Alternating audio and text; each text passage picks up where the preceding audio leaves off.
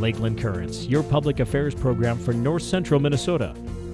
Production funding for Lakeland Currents is made possible by Bemidji Regional Airport, serving the region with daily flights to Minneapolis-St. Paul International Airport. More information available at bemidjiairport.org. Closed captioning for Lakeland Currents is sponsored by Nisswa Tax Service, tax preparation for businesses and individuals. Online at nisswatax.com. Hello again, friends. I'm Jason Edens, your host of Lakeland Currents. Thanks for joining the conversation today, and thanks for your ongoing support of Lakeland PBS. Right here at Lakeland PBS, we are a proverbial stone's throw from the headwaters of the Mississippi River, right at the top of the watershed. We all live in a watershed. In fact, it's one of the ways in which we're all connected, if you will. Right here in Bemidji, our actions, good or bad, will unequivocally have an impact on downstream communities. But our environmental management strategy is based on more arbitrary political boundaries like county lines and state borders, which, of course, environmental problems do not honor. What if our environmental management was based more on the logical and natural boundary of a watershed? Well, that's exactly what my two guests are working on. Kelly.Condiff works for Cass County as the Environmental Services, or in the Environmental Services Division, and Zachrie.Gutknecht works for Beltrami County Soil and Water Conservation District. Zach and Kelly, thanks for making time for our conversation today. I really appreciate it. Thank you. Good to be here. Well, first of all, Zach, soil and water conservation districts, they're something that we're all familiar with. We all know that they exist, but what exactly are they and what do you do? Well, each county has their own soil and water conservation district, and they're all a little different in what they do, but in Beltrami County at least, and Kelly can talk about Cass County, we primarily focus on stormwater within cities of Bemidji and Black Duck. We do a lot of shoreline kind of work along all the lakes throughout the county, and then we also do forestry work with forest stewardship plans and protecting our resources. And then also we're doing more and more with agricultural producers in the Black Duck area and west of Bemidji. So anywhere from cover crops to working with cattle producers. So.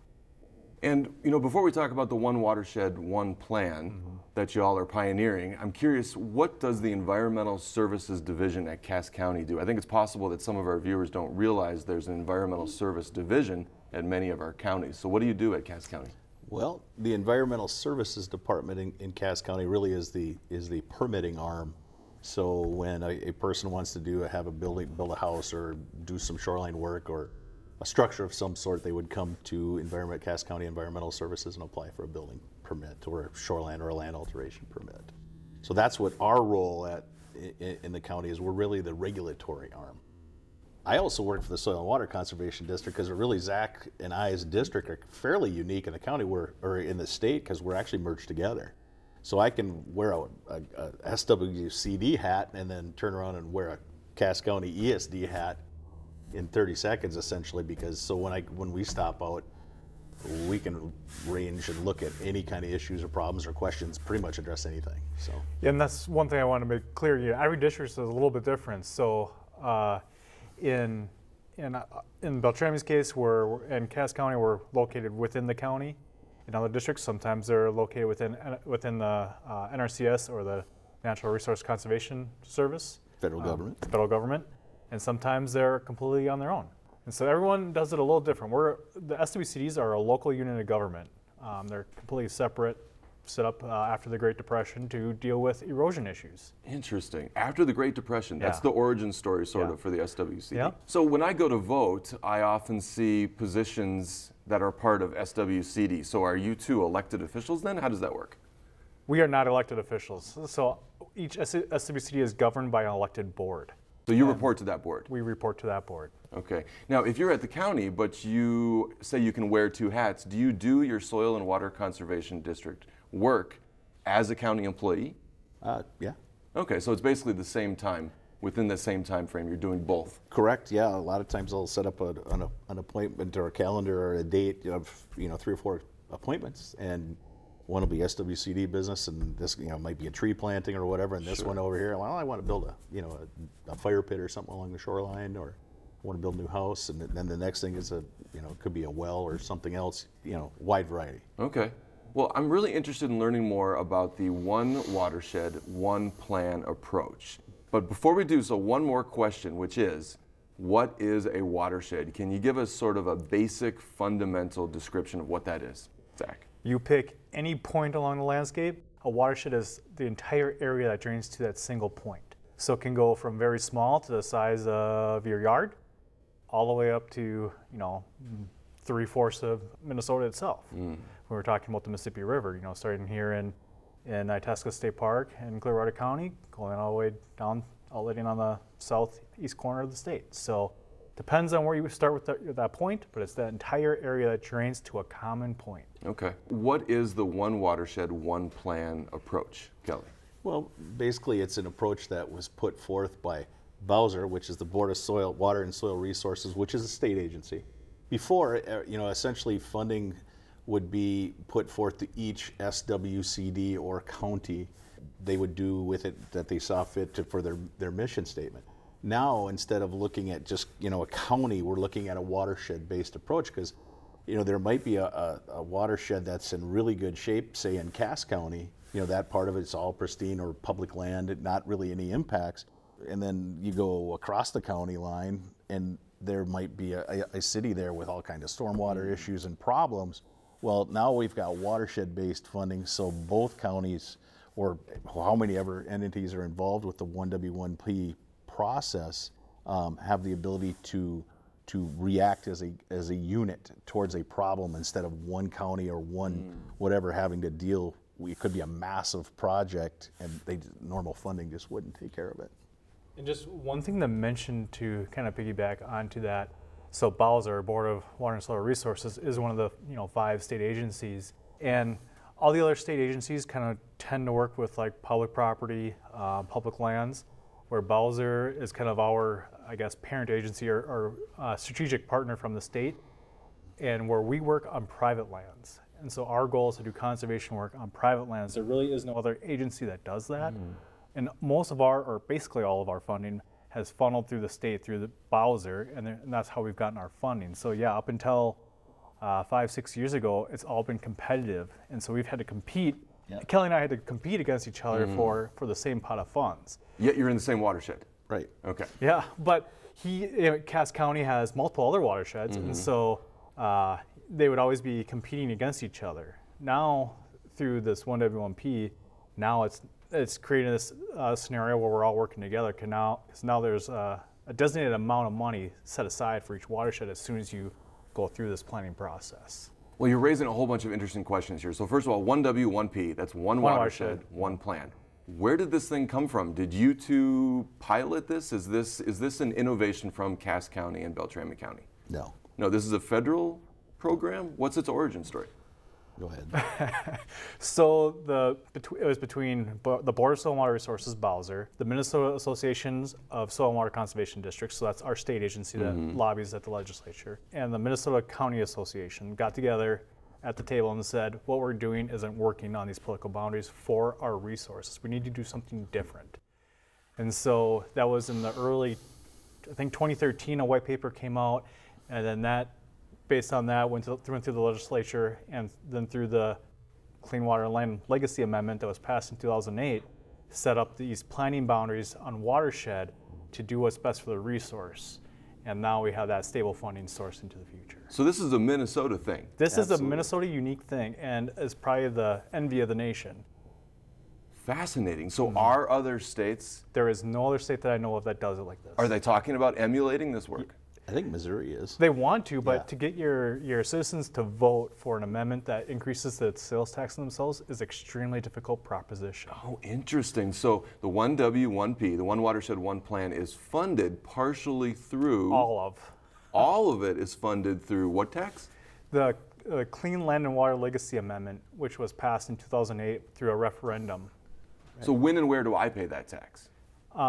Any sales tax. Okay, so it's like part of the sales tax. What is it, an 8%? I mean, you're not going to notice it on your day-to-day operations, but it makes a huge difference as to what's available to us as far as conservation and what we're able to put into the ground. So 100% of your funding for 1W1P comes from this particular tax. All of it. And the voters said, this is important to us. Yes. We're willing to pay this. Yeah. And now Minnesota is the envy of the nation. Yeah. In this how regard. how cool and how unique is that for Minnesota? That Interesting.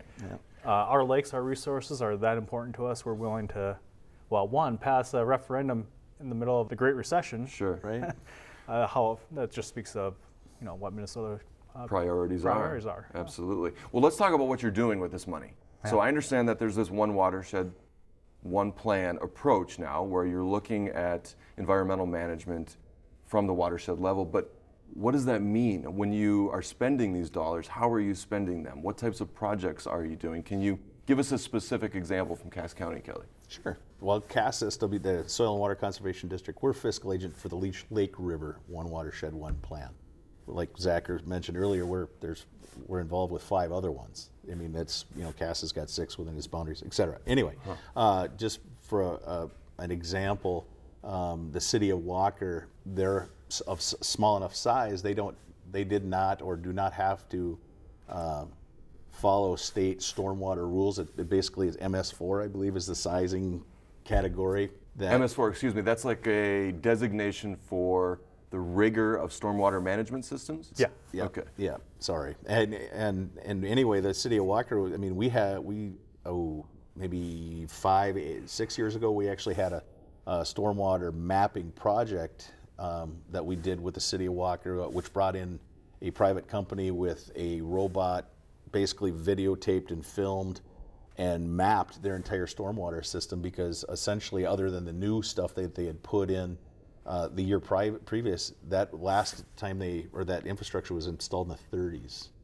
So they had no idea where most of their pipes even went, let alone if they were working or functioning properly. So anyway, fast forward, and now with that knowledge, we were able to, take 1W1P funding and install stormwater defenders, which are basically sumps or catchment devices for sediment and a lot of solids and some dissolved stuff as well, that were just prior to where it would just straight pipe right into Leech Lake. Now we were able to just take and remove that pollutant load. We installed 2 last summer, and now we're scheduled to have a 3rd one installed this summer in the city of Walker. So there's an example of what 1W1P funding can do. I'm astonished that system hasn't really been evaluated since the 1930s. Is that common? In the smaller towns? Absolutely. Yeah. And how are you spending the money up here in this part of the So region? the Mississippi Headwaters One Watershed One Plan, again, starts from Itasca Lake, goes to Pekegama, down in Grand Rapids. The Pekegama Dam is where it ends.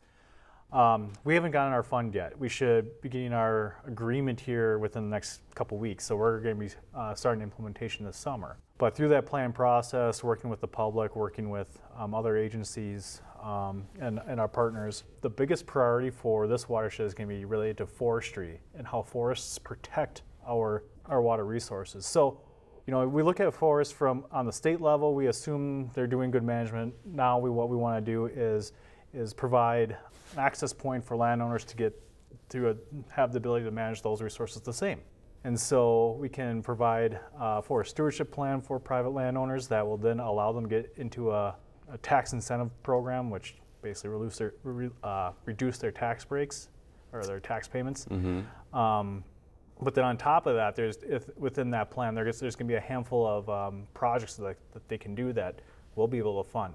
And when you say they, you're referring to the private landowners in landowners, this case. yep. So this is a different approach because you're assisting or supporting private landowners in their stewardship plans. That's exactly that's all we're trying to do is reach out to the private landowners and number one.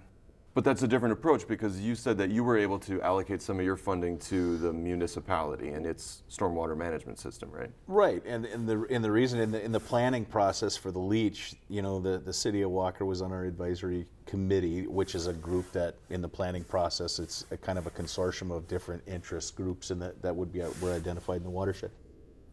We clearly knew we had point sources of pollution, and I mean point sources. That's a pipe, right? Yeah. That's exactly, we can put a dot on a map and say that's bad. In this day and age, it's kind of tough to find point sources anymore. Most of those have been dealt with some way, shape, or form since Clean Water Act, right? So now we had the ability that rose to the top as one of our higher priorities, or the highest priority to get accomplished. So we were able to piggyback on with a big stormwater project the city of Walker was going to do anyway, and pump in money in there to get the defenders installed instead of just the regular standard run-of-the-mill straight pipe to the lake. Sure. And they were ecstatic. So it was a huge deal. But like Zach said, we also that was only one thing we've been doing a lot of PFM, a lot of private forest management plans with individuals. I work with townships and lake associations, and a lot. Yeah, we work with we work with municipalities, townships. We work with a lot of people, but to accomplish the majority of the actions that are within the plan, is going to have to go out and work with private landowners.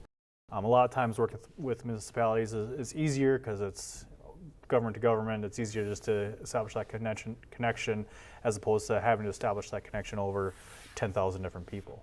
There's all kinds of stakeholders in these sandboxes, right? Or in these watersheds, more accurately. First of all, how did you decide to do the stormwater management? There are a wide variety of things that you could have potentially spent these dollars on. Mm-hmm. Was that also a multi-stakeholder process? In other words, did you invite input from the community to decide to address the stormwater management system? Specifically in the leach, the advisory committee really sat together in the planning stage, and as we just talked and discussed with different entities, they brought forth potential, hey, this is what, because we asked them what kind of concerns do you have? Because in the leach, that's also Hubbard County, right? The city of LaPorte, the city of Walker, the city of Hackensack. So I mean, we had quite a few different entities from the townships and cities and whatever in those advisory committees, and we really, we want to. One of our biggest things is we want to move the needle for reducing nutrients, phosphorus loading, or sediments, or whatever. Because when we report to the state, we have to input reductions gained. I mean, what did we do for amount of tons of sediment, say, for that stormwater thing? What did it remove from going into leach or the dissolved phosphorus? Yeah, so there's two things there which we're kind of skirting around, but there's basically, we look at protecting a resource or trying to restore a resource. Okay. With forest stuff, we're trying to protect the resource because you maintain the forest and landscape, that water resource is going to be good. Now, when we look at areas that have development in them, like Walker along Leach or Bemidji along Irving and Lake Bemidji, stormwater is probably going to be your highest return on investment. Mm-hmm. And so that's why stormwater is usually has a very high upfront cost, but your returns long term are pretty good. So why is it that there's a connection between forestry and water quality? Why is it that the private forest stewardship plans, is that what you called them? Why is that an important part of water quality in our region? I mean, what's the ecological role that forested land plays here?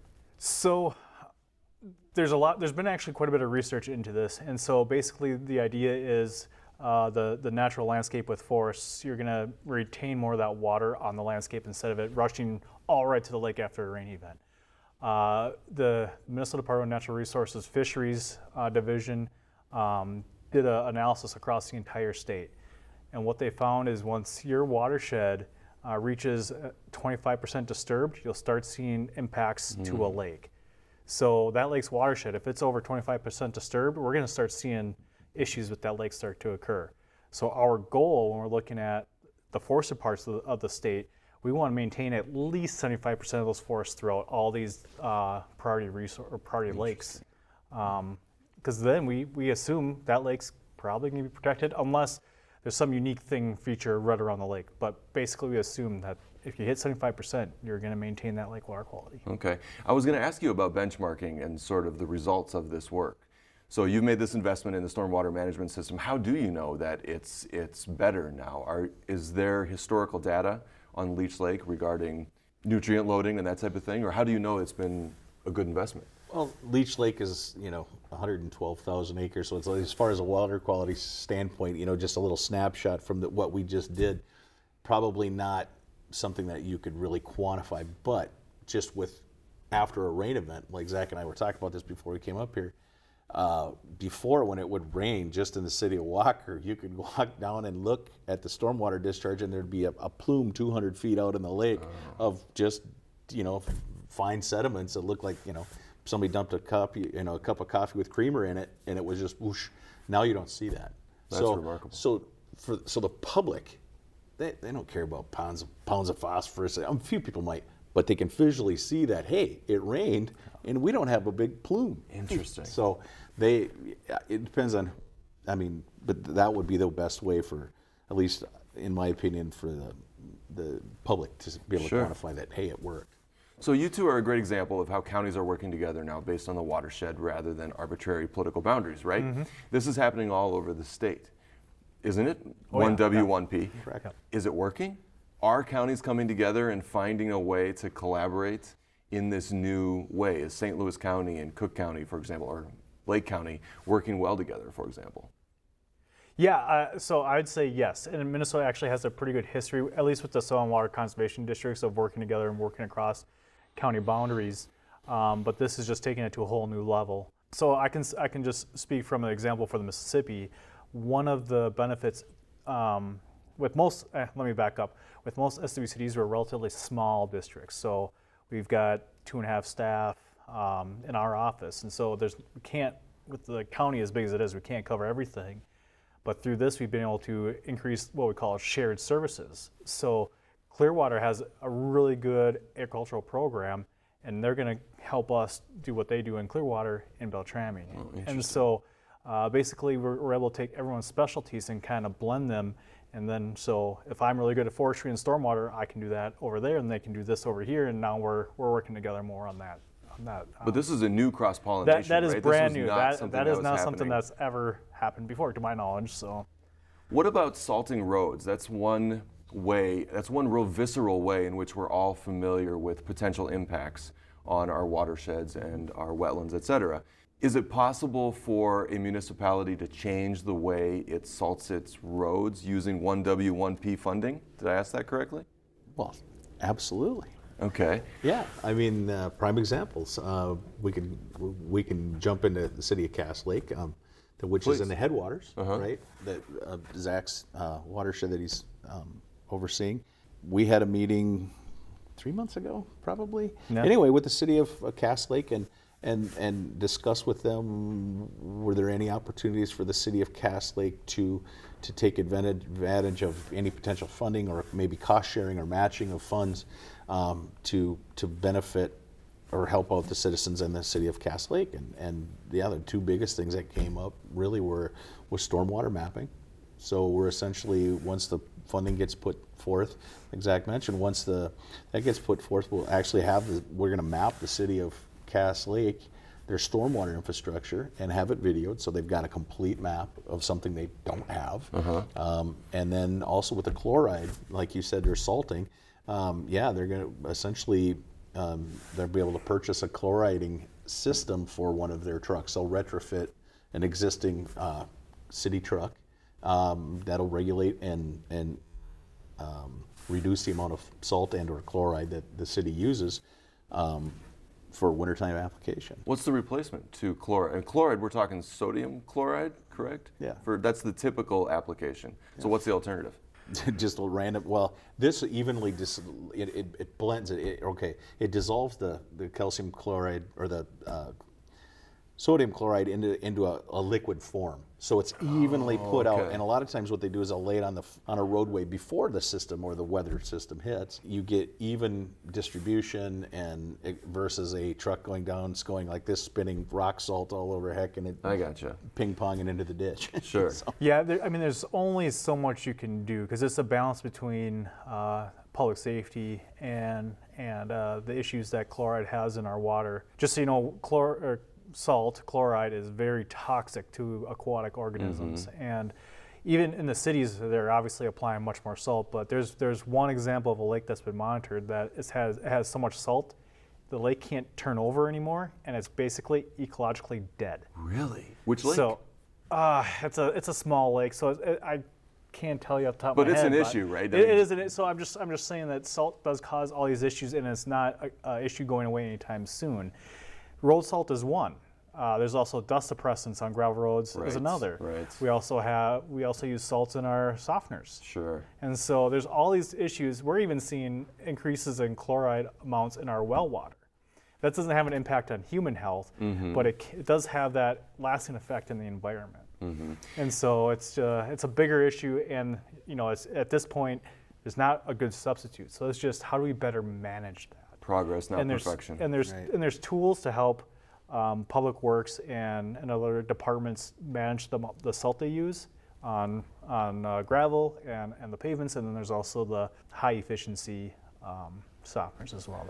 So some of our viewers are probably wondering whether or not they can get involved. Is this something that's only the purview of counties, for example, or are there opportunities for individual citizens to be at the table, if you will? And if so, how? Well, I was just going to bring up the steering committee. All these 1W1Ps, especially when they first start, are in the initial planning process. Once a planning grant is approved, really they come up with what Zach referred to as a steering committee. It's really a group of citizens, concerned citizens. Could be they come from all walks of life. And they're all sitting in a room essentially, and they're basically ideas. It's a think tank, if you will, that will come up with new ideas. Maybe we're not aware of this issue, or it's just kind of to bring everybody onto the same page of what the issues may be inside the watershed. So yeah, I mean, we've had, a lot of different people from a lot of different. They don't even have to be from a group. Yeah. It could be just a person that lives on a lake that says, "Hey, I'd like to be involved." Yeah, I think the biggest thing is if you want to do something, by all means contact your district or contact me, and I can for sure get you in contact with the right person. But if you do want to get involved, find your local lake association, find a sportsman's group, because they're the ones that are already connected with us. And that's the easiest way to get involved, and those issues are heard by us every day. I appreciate you gentlemen joining me today. I've learned a lot, and thank you so much for your time. Well, thank you. Thank you. And thank all of you for joining me once again. You can continue the conversation on Twitter @CurrentsPBS. I'm Jason Edens, your host of Lakeland Currents. Be kind and be well. We'll see you next week.